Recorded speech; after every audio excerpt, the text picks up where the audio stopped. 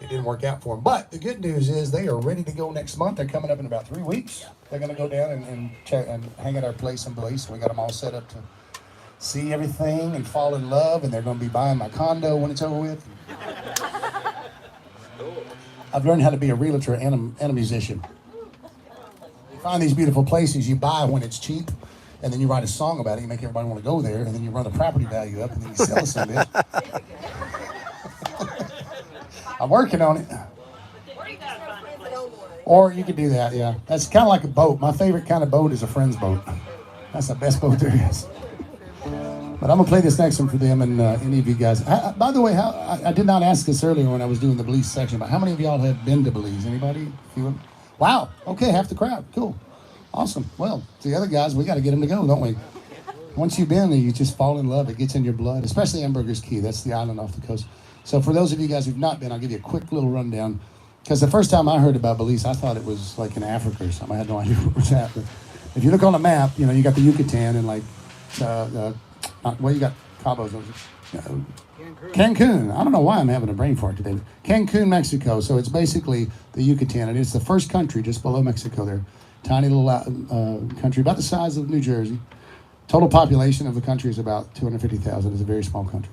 And that's what we love about it, because it's been protected from time and corporate America and all that crap. And it's just a beautiful little time capsule of life. And the people that live there, Belizean people, are so wonderful, so friendly.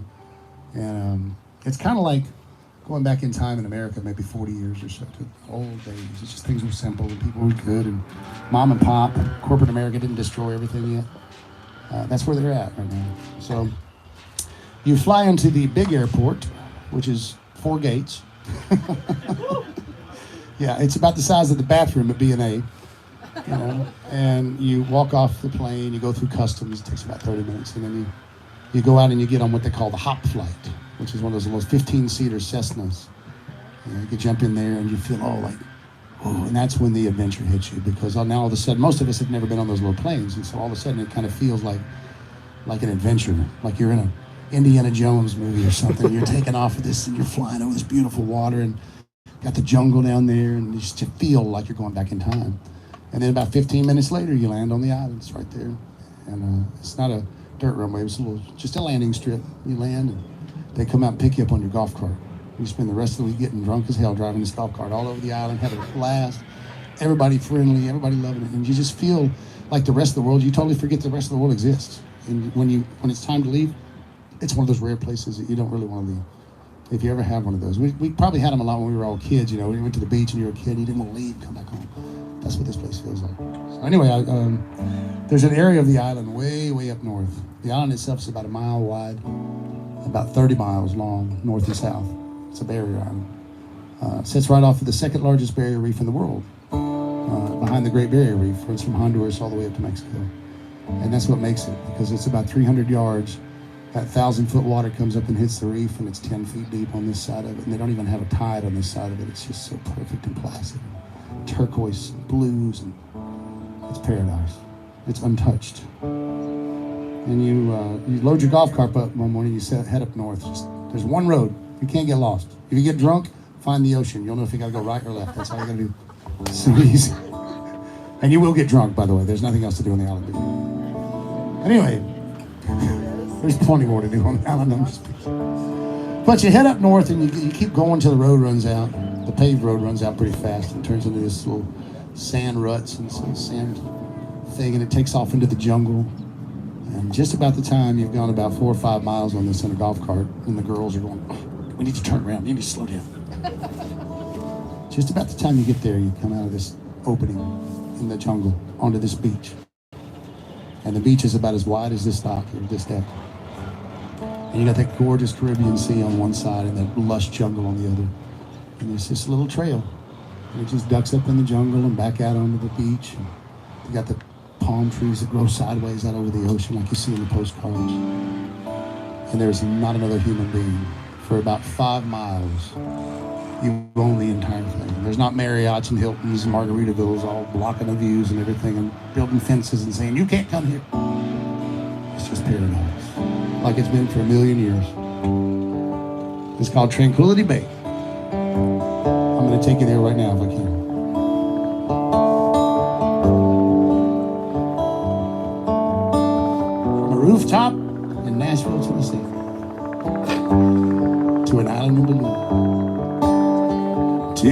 200 yards or so off the reef.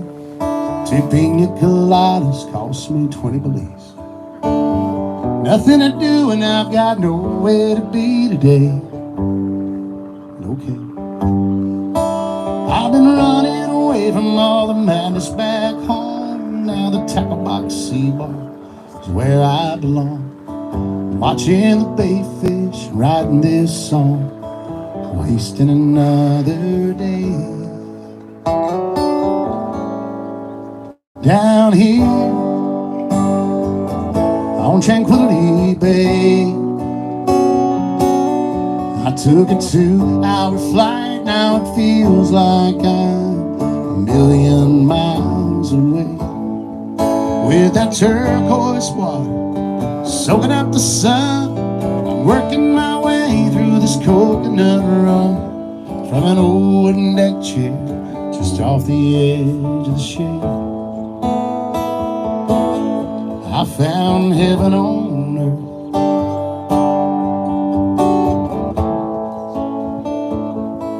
Tranquility Bay.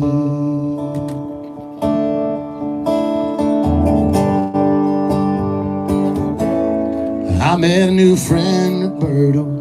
He'd swear he's a local, but he comes from Toronto, says it's -0. He showed me a couple new tricks for hooking a bonefish today. He says, friend, there's some things that just can't be described, like that sun setting over Sandpade Road tonight. It's one of those things that comes once in a life, but down here, hey, it's just a Tuesday night. Down here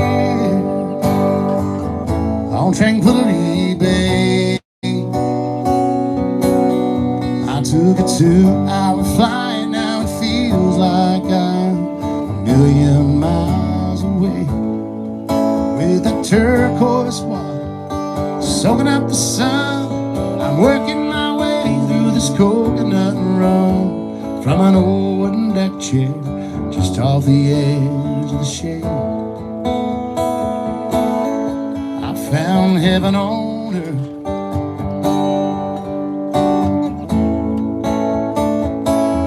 Tranquility Bay, where the time just slips away.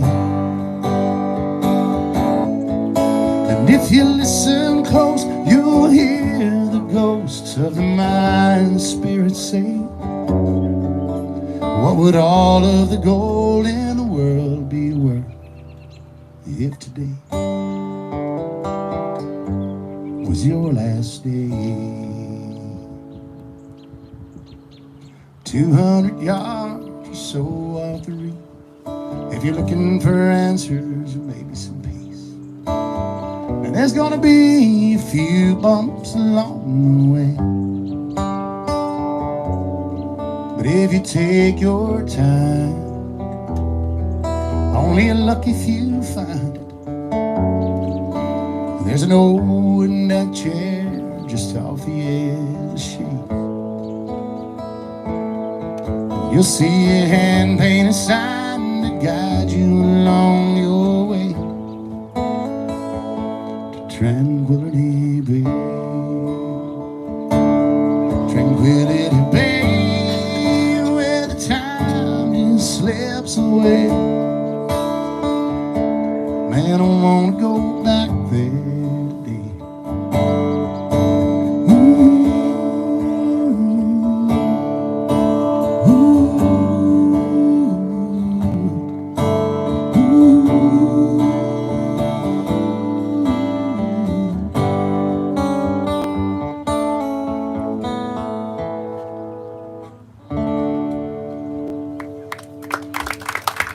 Thank you, sir.